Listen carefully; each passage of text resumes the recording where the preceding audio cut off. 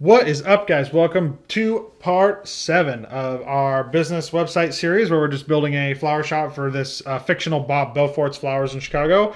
And today we're going to, or in this video, maybe if it's the same day as the last one, I'm not sure, we're going to focus on working on the Themify builder. We're going to just go over the options. We're going to play around with it a little bit, and I'm just going to show you, because in the beginning videos, I kind of just quickly swept through it and said, okay, we're going to change this to flowers, we're doing this and this, and I didn't really stop to go over any of the settings or how the builder works.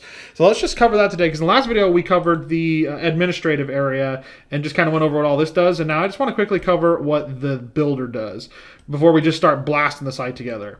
All right, so in the back end, this is the editor for the page, for the home page, this same page here in the back end. And as you may notice, this is not Gutenberg.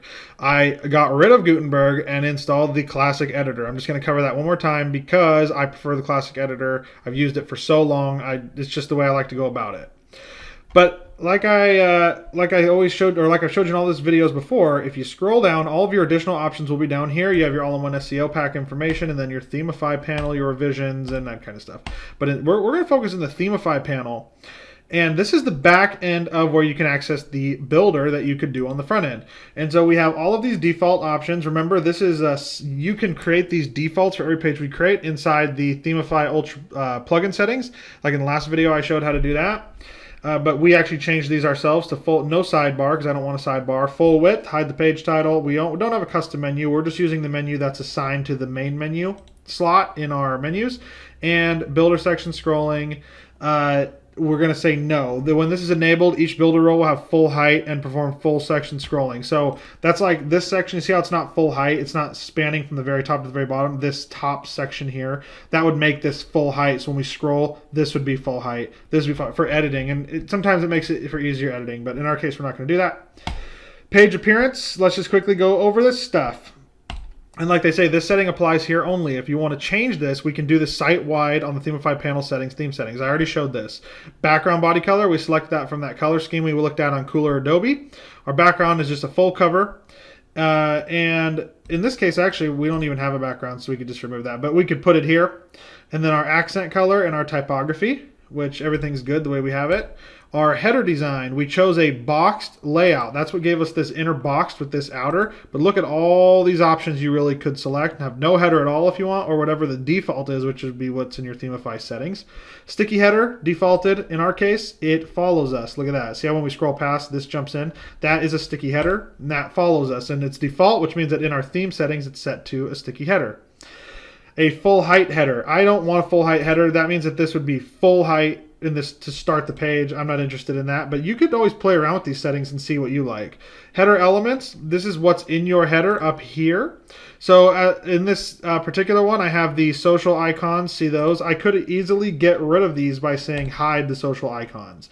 And if we were to do that and we were to update this page, I'll just come back to this spot. If we were to do that and refresh, these here will disappear. It will get rid of our social icons, which I don't think for this flower shop I would want up there. Maybe, I don't know. It depends on what the person wants. It looks a little more streamlined without it though, doesn't it?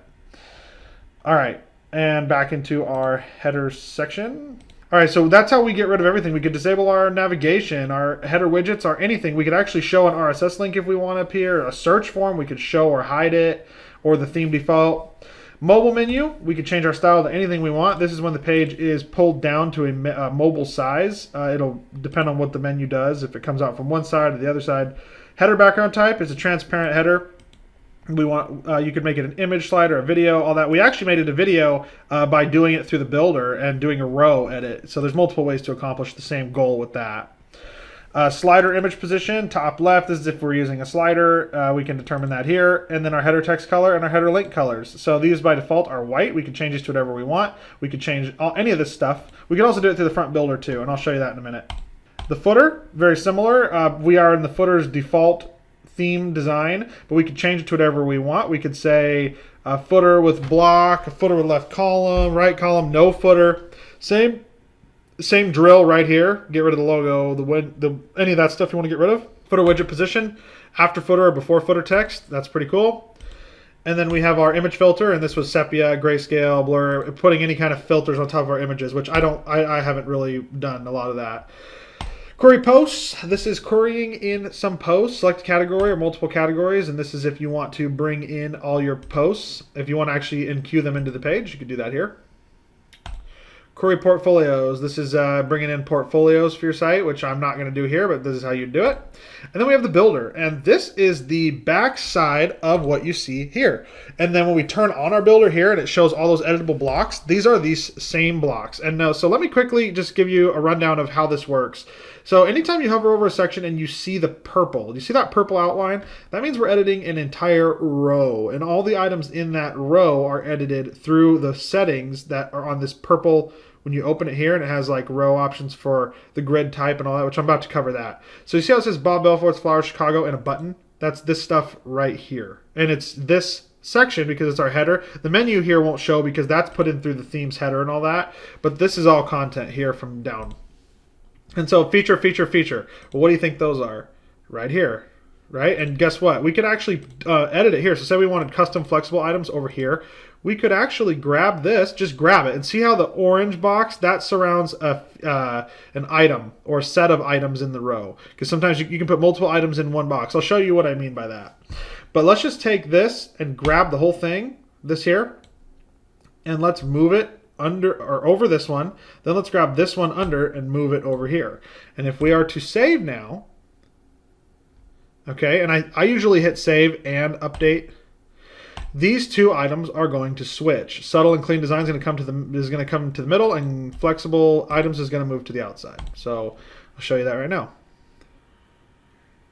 Right, because we did it through the back end. We could do it through the front end as well, but this is just a way to handle it through the back. So we just change those features. So all of our pages items are accessible through this back end back here as well as the front. So at the bottom we have our text and a button. Scroll down and take a look at that. You know, this is where our button and text is, but you know how this was broken, our map? Well, since I last came into here, I actually installed the maps plugin for Themify, so I'm just going to put in the map just to show you. So the little green box here or here will fly out a menu for your addable or editable items you can add in by default. And down here at the bottom, it'll have add-ons. And these are ones that you've downloaded from Themify and put in. So let's just take our Maps Pro and drag it in. And this is, I don't actually have my API key installed with this, so I don't think it's going to work. I didn't go get my Google Maps API. So I think this will just be a block of nothing over here. Yeah. So it's just going to be see that back there, how it just has nothing? That's because it's broken. And we would need to fix it. And this bottom section actually looks funky anyway about over here. We have an image on the left. So we can actually look back here and see what the layout is. We have a Maps Pro and text, a few facts about our company. So the map's actually over here. So this image laying in is actually coming from somewhere else. And it's pretty interesting, isn't it? But I would just probably end up sorting it out and getting rid of it and seeing what it is. Anyway, this is all editable through here. And we're going to actually edit this when we start actually turning our site into a flower shop. So we're actually going to do that with this whole site. But furthermore, you can see that everything in here is, like I said, it has a overall purple box that is your total row, and you can move this entire row above and below other rows.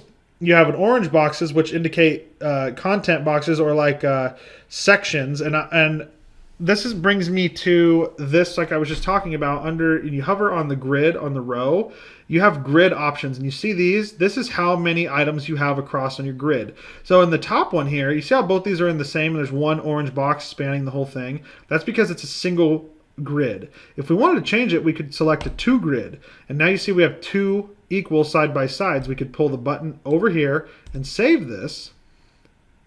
And what do you think is going to happen on the very top here? Or I'm sorry, here. We had these above and below. This is going to move over here, and this is going to move over here. Right? So that's how we just did that. We could also change it and revise it even smaller, or bigger, or add more or less boxes. And so in here we have our all of our different sizes. So like if we were on a tablet, it would show us what happens or what doesn't happen on a tablet. And what happens on mobile versus what, because we can show and hide specific items on each one. And then we have our interface options. I don't really mess with that much. Duplicating this page, custom CSS, adding layouts like I talked about, incorporating loading a layout or saving a layout, and then importing or exporting. If you had a page that you had already built that had a total layout the way you like it, you import it right there. All right, so we're going to switch to the front end now, and that means we're going to close this back end one because you don't want to have them open at the same time. So to turn that on, we're just going to hit turn on builder, and it's going to give us this little spinning wheel, and now we're going to have all the same options from the front end. Right, so you see this section, and I actually can pull this to dock it on the left. That's the way I like to edit. But also sometimes that creates the mobile version of your site. So if it does that, you may have to pull it back out. All right. So hovering over this purple, move this out of the way over here. Hovering over this purple, from the front again, you get these options. So let's say that we split it into 4. Now, real time, you can see what's happening. We now have 4 orange boxes that we can pull our item into. So we could take this and pull it over here, and we could take this and pull it into here. So now we have that. Or we could roll it right back into a single, and now they're going to go back the way we had them. Now, another thing about the row options is in your row options, you have boxed, full width, or if it has gutters, the height, if it's full height, custom class, row anchor. This is if we're linking to the row. We'll get more into this later because we are going to do this, and an ID name for this. And that pretty much comprises the row options. Then you have your row styling. Now, this is going to take way too long to go through every option, but this is all of the styling, CSS styling, more graphically laid out for this entire row. So just a quick example, you see that when I hover on the top here, you see this weird purple block that shows up and it has some text here, but it's hard to see, and it says 17%. That is a, let's just go back and show you. So in that is our row padding. That's the padding that it's giving this row. We could change that right here by dragging it down. See how it's editing the information? So let's say 15. Now we have a 15 pad, and the bottom has a 12% pad. We can edit the padding. And that's the space from the content inside this purple box to the edge. Okay, that's the inside of the content. Margin, on the other hand, is from the edge to the next thing. So like if we wanted to push down from the top, we could do that. See what's happening at the top? Right. Because we're using margin versus padding. This is all CSS box model, by the way. If you're interested in learning a little bit more about this, you can learn about how the CSS box model works, and that's how padding and margin works. But basically, padding is from what's inside the content to the edges, and then the margin is from the edge of the purple to the next item, at least when you're editing in Themify. All right, and so as you can see, we have all these different things: shadows, filters, height, borders, link. This is your link colors and decorations, your font type. You have all your Google font here. You can go down, scroll down, you'll see Google fonts. You can edit in all these Google fonts and change the font, the frame. You can give it custom little overlays. Inner container, you can give it a background image and all that. Row overlay, and then the background. And in this one, we actually created the background for this entire orange row or this purple row, and we actually gave it that image of the flower or the video that we downloaded. And so that's that. And we did a video. You have image and gradients and slider. And like an image, you have parallax scrolling type, which gives you the ability, you know, when the content scrolls on top of the image and the image stays still in the page. It's a pretty cool feature. And so we're just going to hit close, and now our website is back to normal as we did it beforehand. And I just removed a little bit of padding from the top. I did 15 versus 17.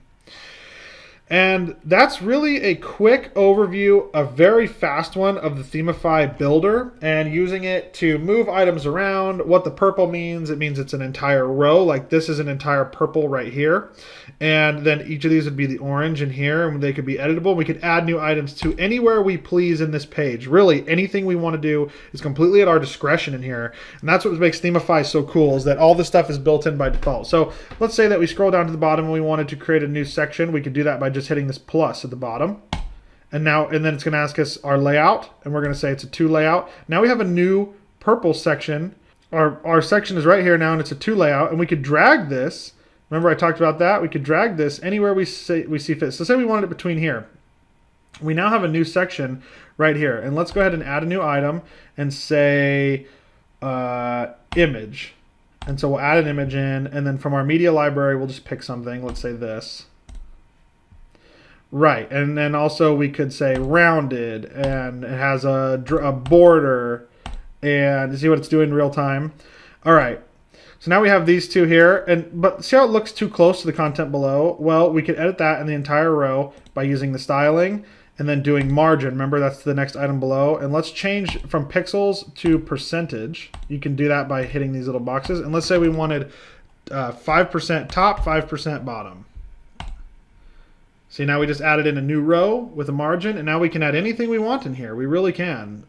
We can really do anything we see fit in here. We could add text over here. We could add maps over here. We could add an accordion. So like if you were doing an about us, about your site or something like that. See how it has an accordion? And you know accordion is when you click it, it opens content. So this is just a quick example of the overview of the builder and how you use it to edit CSS and all that. And we didn't even cover, you know, animations. We kind of did that in the first video, how this bounces in.